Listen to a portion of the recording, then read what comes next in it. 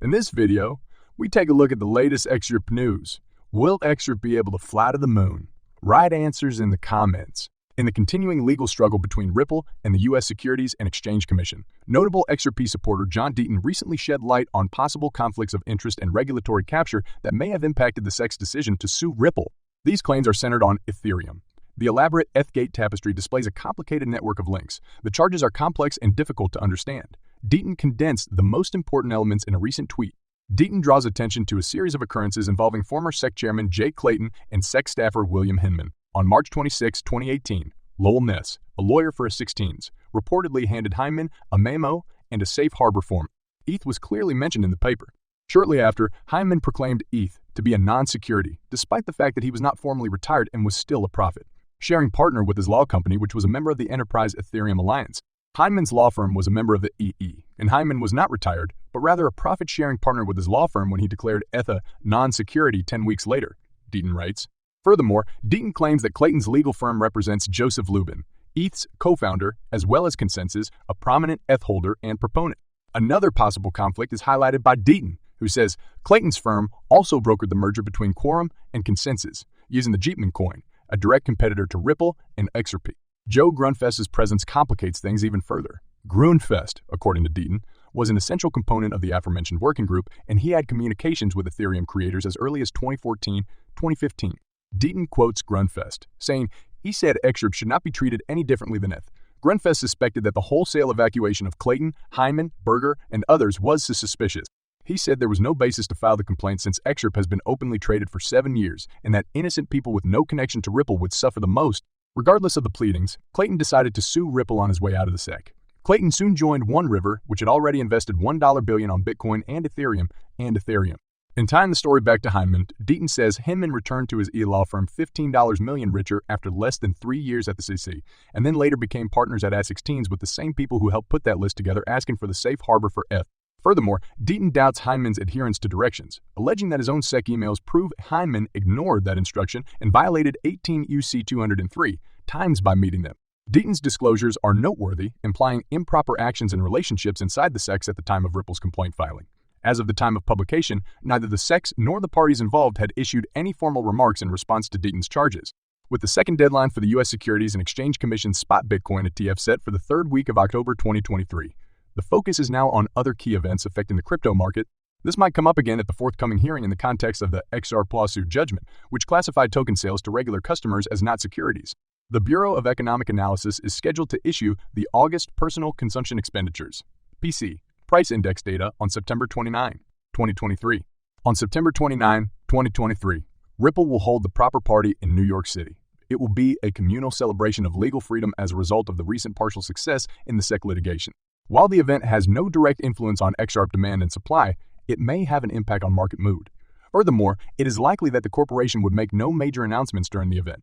Participants in the cryptocurrency market have recently begun debating Ethereum Gate, which refers to the U.S. Securities and Exchange Commission, SEC, supposedly granting preferential treatment to the Ethereum Foundation. With XRP attorney John Deaton admitting that he has seen papers relating to the alleged wrongdoings, it is expected that these events are only the start of a lengthy investigation. The discussion around Ethereum Gate heated up when Steven Nureyev, an early advisor at the Ethereum Foundation, said in a September 17, 2020, tweet that the foundation was concealing the true number of ETH purchasers during the cryptocurrency's 2014 initial coin offering IQOO. CoinGate previously published XRP lawyer John Deaton's disclosure that he has seen some of their receipts that might reveal the truth regarding the ICO figures. While consenting to examine the data, the lawyer reportedly alluded to Ethereum when he said that he could not release the identities due to attorney-client privilege. This signifies that Nureyev signed a contract with attorney Deaton. This might imply that Deaton will defend the former advisor in court if necessary. Another attorney, Fred Rispoli, underlined that the attorney-client privilege might have far-reaching consequences in the future. He cautioned that the collaboration might have far-reaching consequences with very big things to come. Does this imply that Nureyev will sue the Ethereum Foundation over the framing of fraud charges? Attorney Deaton is well known for his belief that the U.S. Securities and Exchange Commission promoted Ethereum while making the Ripple project a scapegoat in its enforcement efforts. As a result, a prospective lawsuit on Nureyev's behalf might be filed in the coming months. Blockchain, the groundbreaking technology behind cryptocurrencies, has prepared the way for a decentralized financial environment. The absence of a defined regulatory framework, on the other hand, has often been a subject of disagreement between blockchain enthusiasts and regulatory organizations. Recently, Ripple's chief legal officer, Stuart Alderoty, and XRP supporter, John E. Deaton, moved to social media to call out SEC chair Gary Gensler for his anti-crypto comments. Their claims came in response to Gensler's Bloomberg interview, in which he urged for the application of securities regulations to cryptocurrencies in order to avoid fraud and manipulation. The critique comes at an opportune moment, as the crypto sector, represented by companies like Ripple and Coinbase, has been aggressively pursuing regulatory clarification in the United States in order to stimulate innovation and investor protection. Alderoty criticized Gensler's approach, accusing him of disregarding court rulings and hurting the drive for regulatory certainty. Deaton, on the other hand, expressed similar worries, underlining the need of investor protection against the SEC's anti-crypto stance and hypocrisy.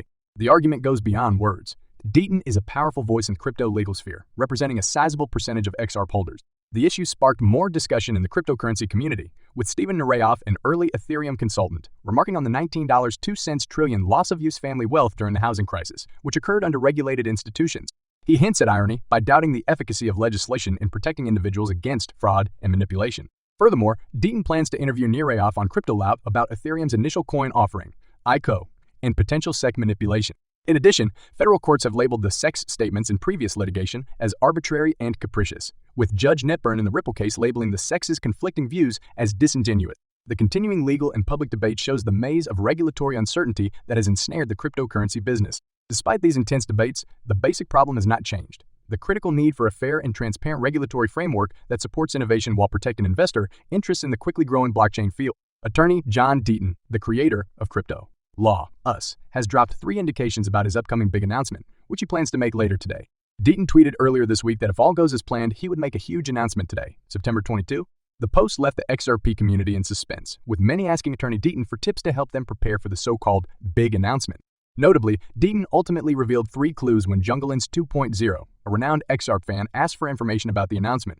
Can we get a hint on what the possible announcement tomorrow might be? John Deaton, the XRP enthusiast, inquired. The pro-XRP lawyer responded by noting that the major news is centered on an image he linked to the tweet, the XRP ledger, XRP, or the ETH Eco story. The first hint came in the form of an image showing Deaton intently reviewing some paperwork. Although the contents of the documents were not visible in the image, XRP aficionados believe they may be related to the current SEC Ripple litigation. If this is correct, Deaton may be providing a substantial update on the case later today. Notably, Attorney Deaton is extensively involved in the action as an amicus curiae, representing thousands of XRP holders. Deaton's assistance in the litigation aided Ripple's partial success against the SEC. Deaton's second indication was that the announcement may be regarding XRP. Notably, XRP is a decentralized public blockchain that is critical to the XRP coin's operation. If Deaton's statement is on the XRP, the crypto world may see him offer the most recent information about the top blockchain technology. It is worth noting that Deaton does not typically remark on XRP's technology. His Bitcoin tweets have largely focused on the SEC Ripple litigation. Remember that leading crypto stakeholders, including Deaton, recently participated in a big conversation over the Ethereum. IXU. This comes after Steven Nareyoff, an early Ethereum advisor, raised concerns about possible SEC manipulation before and after the ICO.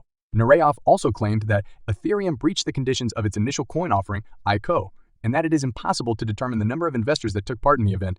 Deaton said shortly after Nareyoff's accusation that he was working on putting the early Ethereum advisor on his Crypto Law TV program. Attorney Deaton is expected to announce later today that Nareyoff will appear as a guest on an upcoming edition of the program. Meanwhile, it's difficult to predict the precise contents of Deaton's major statement. Several XRP community members, however, have opted to remain silent and wait for the top lawyer to make the major statement today, as promised.